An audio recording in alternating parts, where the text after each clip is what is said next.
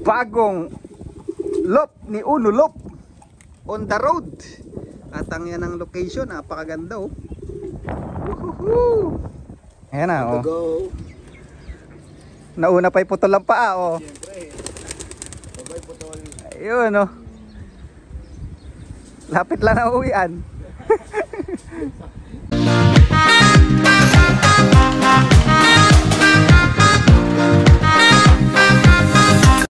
So yun mga kalapatids, nakita nyo na naman yung pagmumukha ko. So for today's video, yan, ito pala yung sa mga naghahantay, o ako rin, ito pala yung bagong location ni Uno Loop ng gagawing loop natin mga lodi. Ito mga inaantay nyo. So ito na.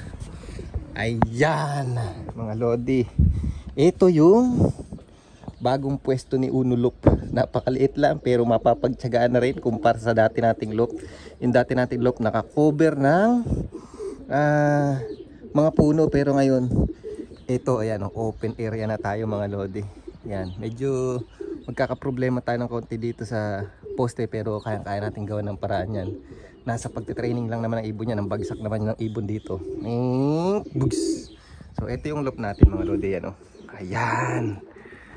Ayan yung loop natin. Ang gagawin natin, ng sukat ng loop natin is 3 meters by 1.2 meters. Tapos yung taas is 1.8. Yung pag pumasok sa loob ng loop, ang taas is 1.8 mga lodi. So actually, naumpisahan na ni Kuya Fernando kahapon.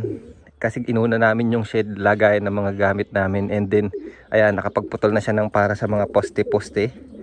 Ayan, at today is susundin natin yung karpintero natin.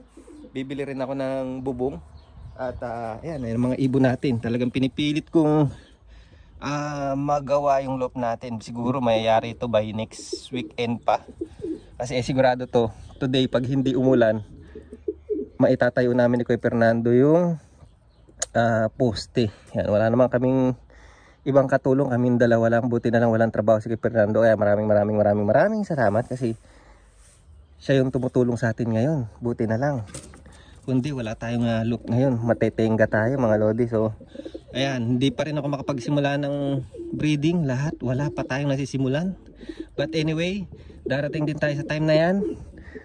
Today is, samahan nyo muna akong sunduin si Kuya Fernando. Alright? Eto kuya oh. Ang nipis naman pala na ito. Manipis. Ito. Ayun yung pambubong natin oh. Maganda ito dahil medyo flexi. Ito no. Iyan. Ito hindi na tayo puputol, ito na. Ano yun? Point. Anong sukat nito? 1.8 and metro 1.8.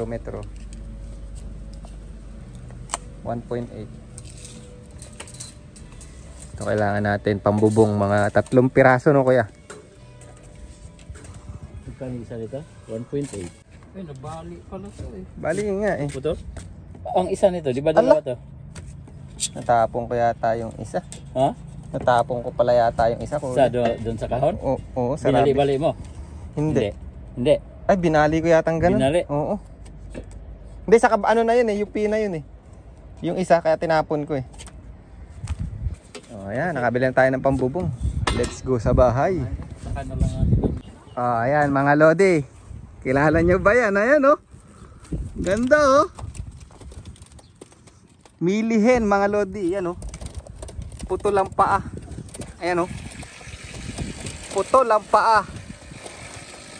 Tingnan natin dito. Mailap. Ayan, ayan oh. Ayan. Ayan, dito ka. Dito. Ayan. Ayan oh. Kapatid ni Stubborn mga lodi. Putol ang paa. Ayan oh. May lobo.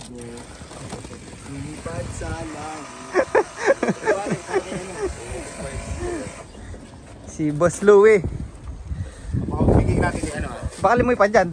Hindi. Bigay ko kay...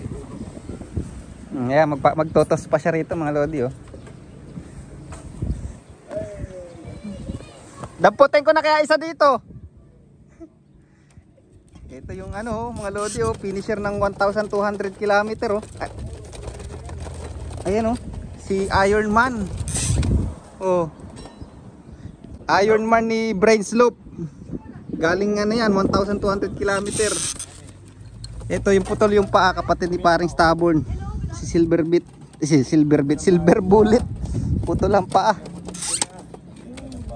Kaya mga lodi, oh. Ginanghiram kasi tayo ng hagdanan. Alright. Kilala ko na, hindi mo na kailangan pakilala eh, oh. Pare si Iron Man. Ang akin na, iwan mo na dito yan. Hirami mo. Humihiramin. Oo ba? Oh. Sige, pakawalan mo muna. Si Silver Bullet. Pucha, puto lang. pare ito yung ano, bloodline ng mga slate ko pre. Ayun yung ano mo. Oo, ikinros ko Dito kay Ironman. Ito naman yung 1941 ko. Ito yung anak ni Olive to. Tapos ito pa. Ito ba yung binenta mo kay Hindi ko Wilfred? Ano to pare, lumabas sa mga muleman na bloodline ko pa. Ito. Pero magaling to pre. Papakawalan natin siya. Wala tayo papakawalan ngayon. Brainslope. Ayan na, oh. Go. Nauna pa yung putol lang paa, oh. Siyempre. Babay putol. Ayun, oh. Lapit lang na uwian. Ayos. Thank you. Ganda ng ano mo, ah. Unulof. Unulo pala ba yung ginagawa pa lang. Ayos. Ito ginagawa na namin yung tutulugan ni Sexy Tari. Binaliktad So, pa. medyo maganda yung natin. Pakita mo. Darating yung mga ibon, pabagsak na ganyan. Boom! Ito maganda na yung... Hindi naman kalakihan yung bakuran namin, pero ang mahalaga, nung nakaraan kasi hindi ko mapagandahan. Yun. Yung mahalaga, importante. Ano? So, nung nakaraan kasi, sabi bakit daw di ko taasan yung load ko. Tapos bakit daw tagpi lang. Hindi ko mapaganda kasi hindi naman akin lugar yun. Nagrerenta lang kami. Ngayon, talagang ginastusan ko. Ayan, yung maraming salamat sa mga nagsibili. Nakabili tayo ng timber, plywood, saka yung pako. Then may sponsor tayo ng screw. Ayan, maraming salamat kay Master Sergeant Manakap. Manyakap. Yan, so maganda yung pwesto natin. Pag nagparonda ka, ang ganda. May poste. May posting alam doon, pero okay na yan. Tapos ngayon, ang loop natin, ito ko yan, itong bato, no? Itong bato na to, hanggang dito. Yan, ganyan din yung lapad. Ito yung bato, yung palatandaan. Lamig. Pero, tatlong section siya. Yung isang section para lang sa mga breeder ko kasi hindi ko na palilipa rin. Nakakulong lang sila, tapos gagamitan ko nga ng clear roof para may mapasok na araw, na arawan pa rin sila. Tapos yung slope ko ganun pa rin naman, humaba lang. Tapos yun nga, talagang puro isang loop lang. Kasi ayoko na nang may ganyan kalat-kalat na breederan. Kasi papagalitan tayo ni Sexy Tari makalat. Yun. Ito na ang dream loop natin. May skeleton na. May buto na. Kita nyo na, na-i-imagine nyo na. So dito magkakaroon tayo ng isang pintuan. Kasi ayoko magkaroon ng releasing dun eh. Pinag-iisipan ko pa eh. Siguro magkaroon man ako ng maliit na pang-view doon, pero dito nakaharap yung releasing. Para doon diretso na ibon. Kasi pagka doon ng viewingan, tapos ay hindi ko nalalagyan ng viewingan to. Kasi lahat to cover ng plywood. Tapos yung kalate plywood, kalate screen.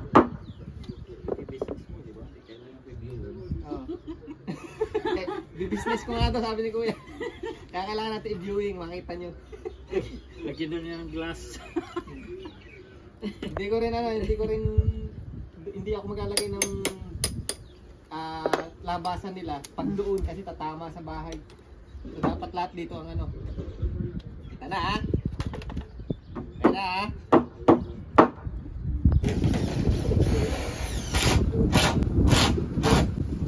Yan na. Pwede na matulog si Uno rito. Unulog. Pwede na matulog dito. Daddy, Ethan punched me here. Oh, punch you! He punched me like this. Sino mo, nakikita mo yung buhay ni Fernando? Ethan!